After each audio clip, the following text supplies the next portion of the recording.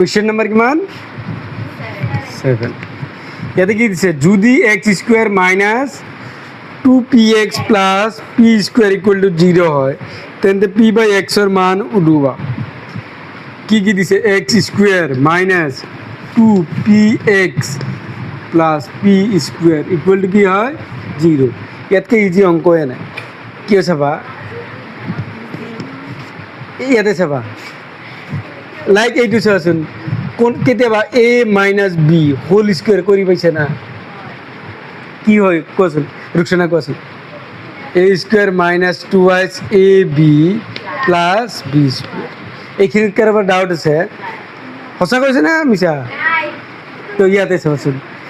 a² minus 2ab plus b² আছে না তার মানে এইটো তুমি কি লিখিব পাৰা x minus p² equal to কি ইয়াতে কি আছে এইটো বস্তু কেইটা আছে দুটা আছে হয় না কেইটা আছে দুটা আছে তো তার মানে ইয়ার পরে কি পাবা ডিয়ার 4 x মাইনাস p যদি কারবা ডাউট হয় x মাইনাস এটি এনেকে লিখিব পারা px minus p equal to 0 মানে আগতে কৰি আহা টাইপ আহি গ'ল তো ইয়ার পরে আমি কি লিখিম x minus p equal to কিমান 0 ইয়াতে x minus p equal to 0 পাবা তো সেই কাৰণে ইয়াৰ পৰা ডাইৰেক্ট এটা লিখিলে হয় তো ইয়াৰ পৰা x ইকুয়াল টু কিমান পাই আছা p x equal to p পাই আছা এবার চোৱা ডিয়ার 4 আমাক উলাব দিছে কি কার ভ্যালু উলাব দিছে p/x ডিয়ার 4 p/x equal to so p লিখিলো x মানে কিমান পাইছা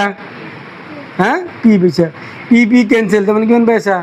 1 সো কোনবা এটা অপশনত 1 আছে না কত আছে c তার মানে এইটো কোনটো অপশন হৈ গল c কোয়েশ্চন নাম্বার 8 এজন ছাত্র উৎপাদক বিশ্লেষণ পদ্ধতিরে x² minus 3x minus 10 equal to 0 দ্বিঘাত সমীকৰণটোৰ মূল নিৰ্ণয় কৰিবলৈ তলত উল্লেখ কৰা স্তৰ মতো কৰিলে মানে তেওঁৰ স্তৰটো এইটো আৰু কোত লাষ্টত কিছে ছাত্ৰজনে কোনটো স্তৰত প্ৰথমে ভুল কৰিলে মানে কৰবাত এটা লাইনত ভুল কৰিছে সেইটো উলাব লাগে তো আমি যদি ইয়াতে চেক কৰো so x² minus 3x minus 10 পিছৰ লাইনটোত কি আছে x² minus 5x minus 2x minus 10 so minus 5x আর মাইনাস 2x তো মাইনাস 7x হৈ গ'ল কিন্তু ইয়াতে আমাৰ আছে কিমান মাইনাস 3x এটো হ'ব না নহয় একচুয়ালি ইয়াতে এই প্লাসৰ যোনটো সরি মাইনাসের যোনটো 2x আছে সেইটো কিহত হ'ব লাগিছিল প্লাসত হ'ব লাগিছিল মানে 2 নম্বৰ স্তৰটো তেওঁৰ কি আছে ফুল আছে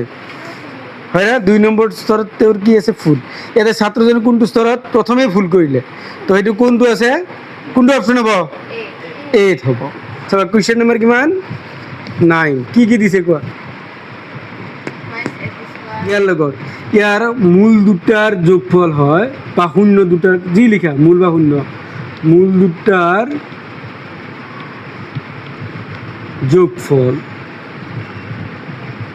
যোগফল কিমান হ'ব কি লিখিবা মাইনাস b/a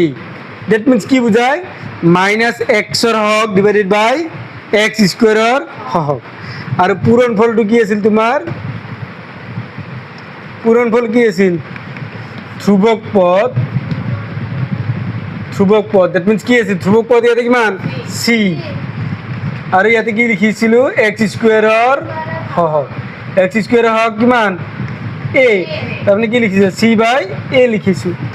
এবার ইয়াতে চোৱা মূল দুটাৰ যদি আমি লিখি দিও মূল দুটাৰ কি যোগফল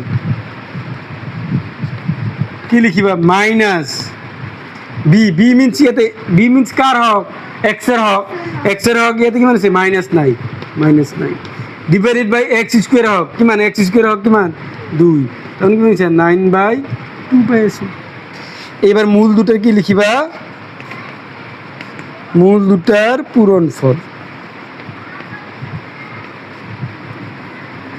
পূরণফল এটা হলে কি লিখিবা c ডিভাইডেড বাই a মানে ধ্রুবক পদ আর x² এর হক